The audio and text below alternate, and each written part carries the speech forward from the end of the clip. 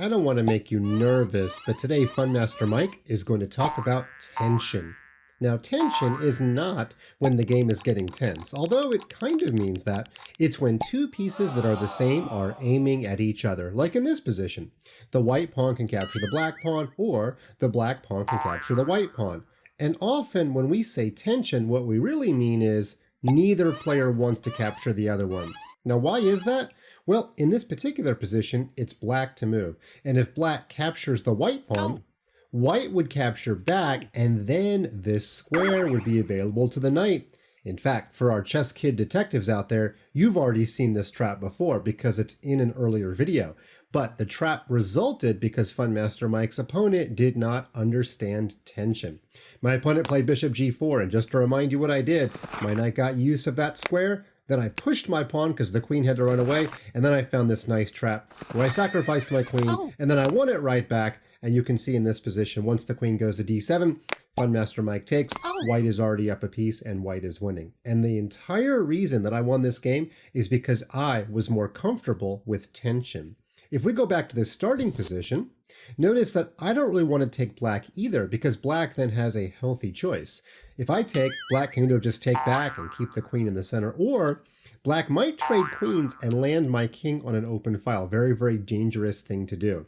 Also, in this game, if black plays a better move, let's just say black plays the move knight to f6, often white plays bishop e3 to try to get the black pawn to take by trying to attack it again. So this is kind of cat and mouse game.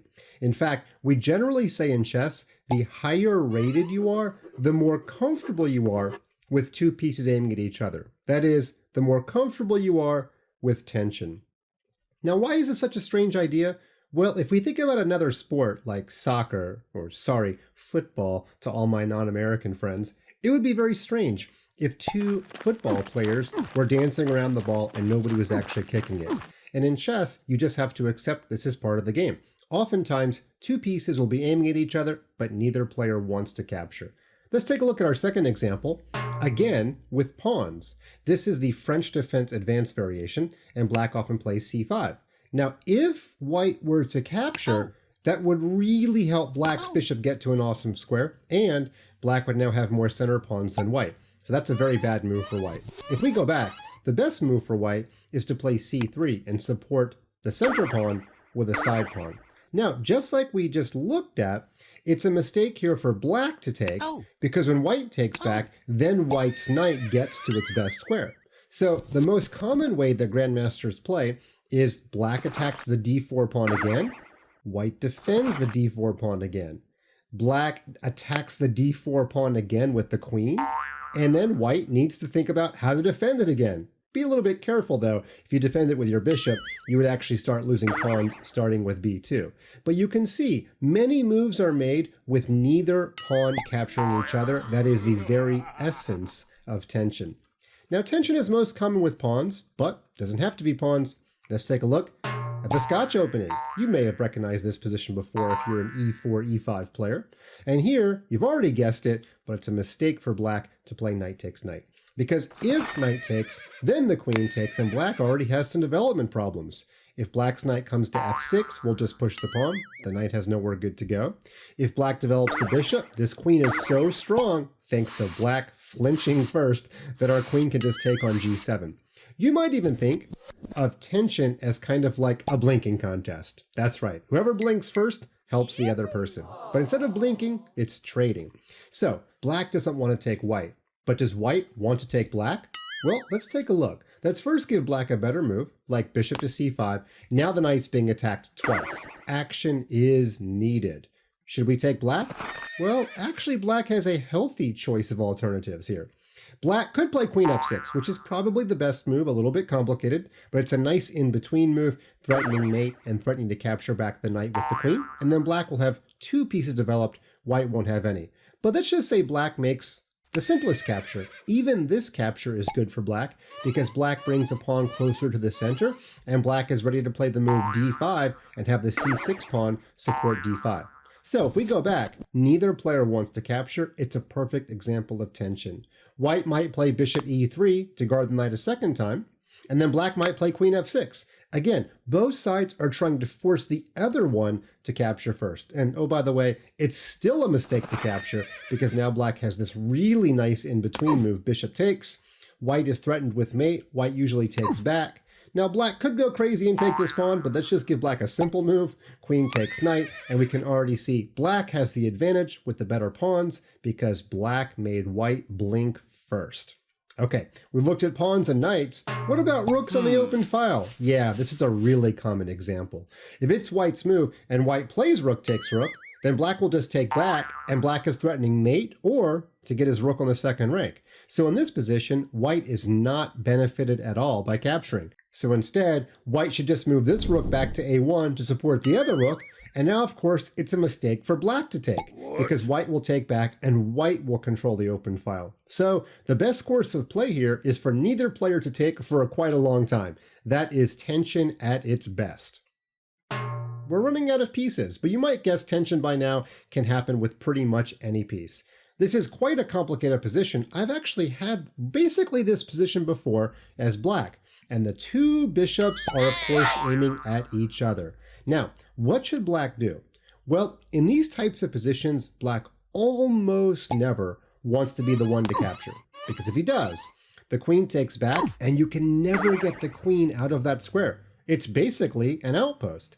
And I don't even know if black can survive. White can build up the attack slowly, but all white's going to do is eventually blast open the h-file, maybe play g4 and then h5, and because you can never get the queen out of there, you're going to be facing a rook and queen battery on the h-file forever. Good luck trying to survive that position. So here, if you're black, you want to make any other move besides bishop takes bishop. Let's just say you get your puppies going over there on the queen side. That's right, I just made the pawns the puppies. Let's play a move like a5 to try to play b4 and get our counterattack going. Now, if you're white, it's actually a mistake to take black. Because if you take, then the king takes, and then suddenly black can defend in a lot of positions by swinging this rook over. So for example, if you play h5, it's not pretty, but at least black can survive with rook h8. And then if you take, black can actually take back with the h-pawn, and your queen cannot invade because the rook guards that square. So the best line of play is for neither bishop to capture its counterpart. White should instead just keep the attack going, but don't trade bishops first. Trading bishops will give black better chances to defend. In fact, if you just play the move h5 right away, white's idea now would be to trade pawns, then play bishop takes bishop, because when the king takes back, there's no time to play rook h8, and then white could play queen h6 check and lead to checkmate. You can see by waiting to make the trade, it benefits white. And black should not take because, well, he's just signing his own checkmate certificate.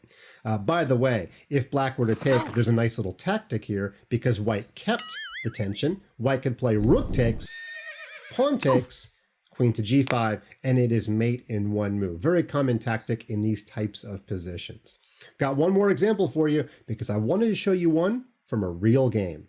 Here, this is actually one of Funmaster Mike's students playing black. Now black's up a piece, but getting forked. This is actually a weird example of tension, but not with two of the like pieces. We've got a bishop having tension with a pawn. This may not be the textbook definition of tension, but it does show the point that I'm trying to make. In this position, my student played bishop takes pawn because it was very uncomfortable for him to just leave his pieces in a fork.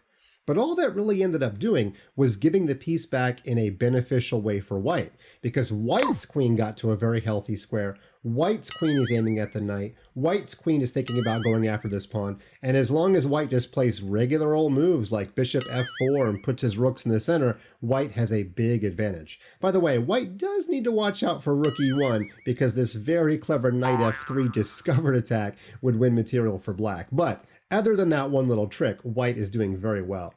What I would have done here if I was black, even though it feels uncomfortable, is to leave the tension between the bishop and the pawn and just do a move like castles. Let white take you. You don't care that much which piece is captured. No matter which one is captured, though, you're going to take back with your queen, and you're going to help your pieces. Let's just say that white takes the bishop to get the bishop pair.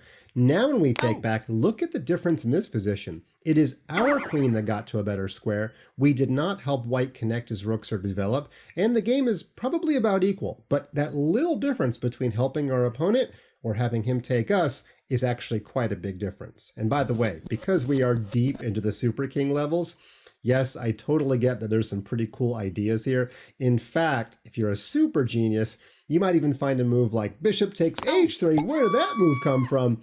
And if the pawn takes back, the whole idea is that you can make a move like castles and pin the pawn. Now that has nothing to do at all with tension. Well, it kind of does, right? You kept your bishop and your pawn aiming at each other. That's mostly just being a tactical genius. And if white defends, well, let's just keep the good times rolling. We can take, and then take, and then play boom. That's right. And after queen takes, knight f3, and now we really feel like a super genius, don't we?